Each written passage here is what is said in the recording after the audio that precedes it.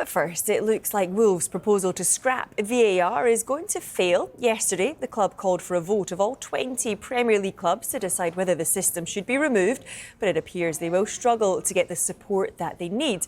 Well, our senior reporter, Rob Dorsett, has been investigating this issue and joins us live now. Rob, afternoon to you. What can you tell us? Well, as you say, it's been on everybody's lips, this story, hasn't it, since it broke yesterday tea time. And I've been speaking to an awful lot of people on this subject in the last 18 hours or so. And it's been made pretty clear to me that the expectation within football, within Premier League clubs, within the Premier League itself and elsewhere is that Wolves' proposal to scrap VAR is unlikely to succeed. It seems as though there aren't 14 clubs that agree with Wolves. Well, 13 clubs plus Wolves would make 14. That's how many clubs would need to vote in that AGM on June the 6th for this to be passed as a motion and for VAR to be scrapped. And at the moment, I think you can count the number of clubs that support Wolves' idea probably on the fingers of one hand.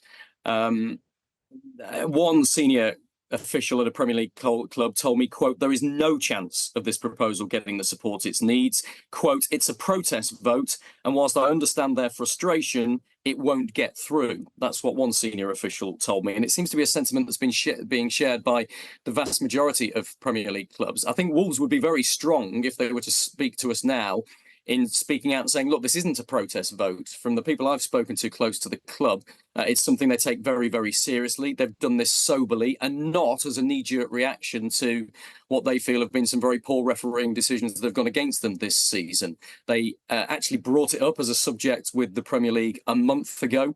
They met them face-to-face to discuss this proposal before they tabled it last week. And so it's a very proper and serious proposal as far as Wolves are concerned, in my understanding. But there's a lot of Premier League club officials that I've spoken to who have major concerns if this were to happen in terms of the status of the Premier League around the world. And crucially, they say, if you were to scrap VAR in the Premier League, it would still exist in UEFA competitions. And so you'd have this bizarre situation where VAR didn't exist in the Premier League, and yet clubs that are playing in the Champions League, the Europa League, the Europa Conference League would then have to amend the way they play and change their plans for facing officials when they're in UEFA competitions. So it's a difficult one. It's a complex one. It's a controversial one. But the latest information I have from talking to a number of people is that it looks very unlikely that plans to scrap or a proposal to scrap VAR would actually succeed. And Rob, if that is what you are hearing, you would presumably think that Wolves would have known when calling for this vote that it was unlikely to succeed. You're saying that they're not doing it as a protest vote. Just explain a little bit more then in terms of what their motivation is for doing it. Well, look, I think you're absolutely right. It's pretty clear that this isn't a knee-jerk reaction to some bad decisions that Wolves think they've had this season. It's not bitterness. It's not born out of anything like that. As one source close to the club explained to me, they feel that VAR is fundamentally damaging the, quote, football experience at the top level of England and compromising the commercial value of the Premier League and its products, both here and around the world. Listen to this quote. "The spirit of the game, which football fans have loved for more than a century, is being sapped out of the top tier. We have had VAR for 5 years and things are not improving. In fact, the Premier League product as a spectacle is getting worse. We have to listen to our fans." Rob, you've spoken with a lot of clubs. Just tell us a little bit more about what the consistent themes that are emerging of what they want to change. If they don't want it scrapped, what needs to change?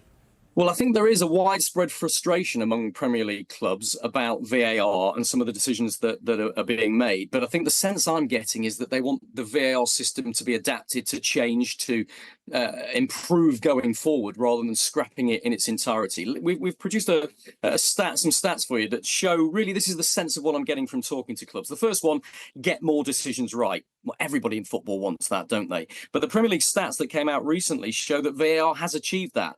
82% of refereeing decisions were correct pre-VAR. 96% of decisions are correct this season since VAR. So I think the PGMOL and the Premier League would say, well, that's probably already happening. But the clubs want more.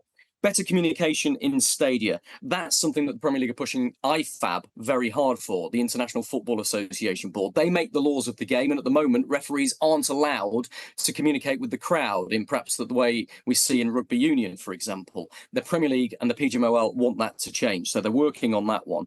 The third one, quicker process. That's what I'm being told clubs want, and fans in particular want, so that there's less interruption to the game. Well, that's a really difficult one from the PGMOL, because we saw with the Luis Diaz mistake, where his goal for offside was disallowed when he clearly wasn't offside. That was when the match officials and the VAR were trying to make a quick decision, and they communicated it incorrectly. So there's always going to be a conflict, I think, between the speed of decisions and the accuracy of decisions. But that just gives you a flavour of what I'm hearing from the clubs that I'm speaking to about what they generally want to change with VAR going forward.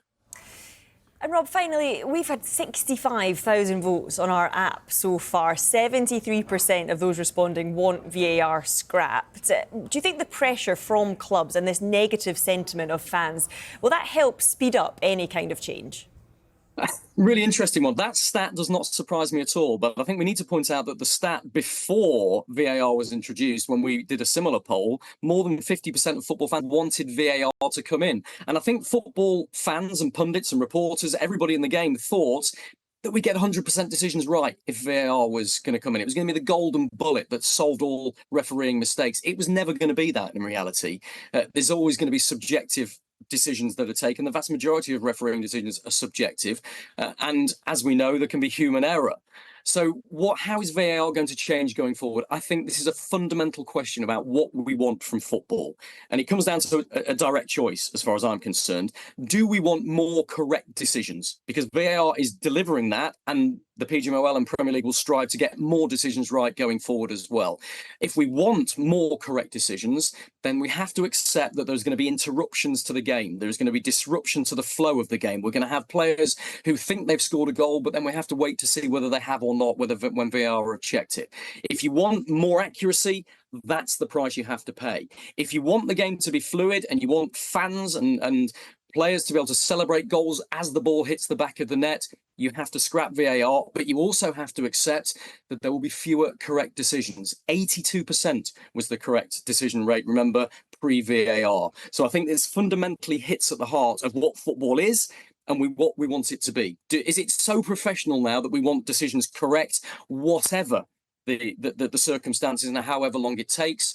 Or is the experience, the spectacle, the excitement of football absolutely paramount, and we'd rather stomach the odd wrong decision from referees in order to keep that at the elite of the game? It's a fascinating debate, and we're going to keep talking about it, aren't we? And that debate, that vote, by the way, from Premier League clubs, that will come at the Premier League AGM on the 6th of June.